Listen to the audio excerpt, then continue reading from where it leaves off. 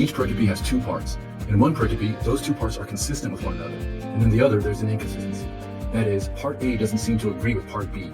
You already believe there is copy between the two Gospels, and you're trying to figure out who copied whom.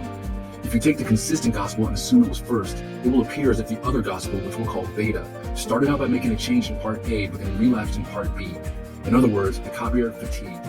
Since we've already assumed that the consistent Gospel was first, editorial fatigue explains the later inconsistency. But if we take the inconsistent Gospel and make it first, it will appear as if the later Gospel, which we'll again call Beta, corrected the inconsistency, thus creating a consistency.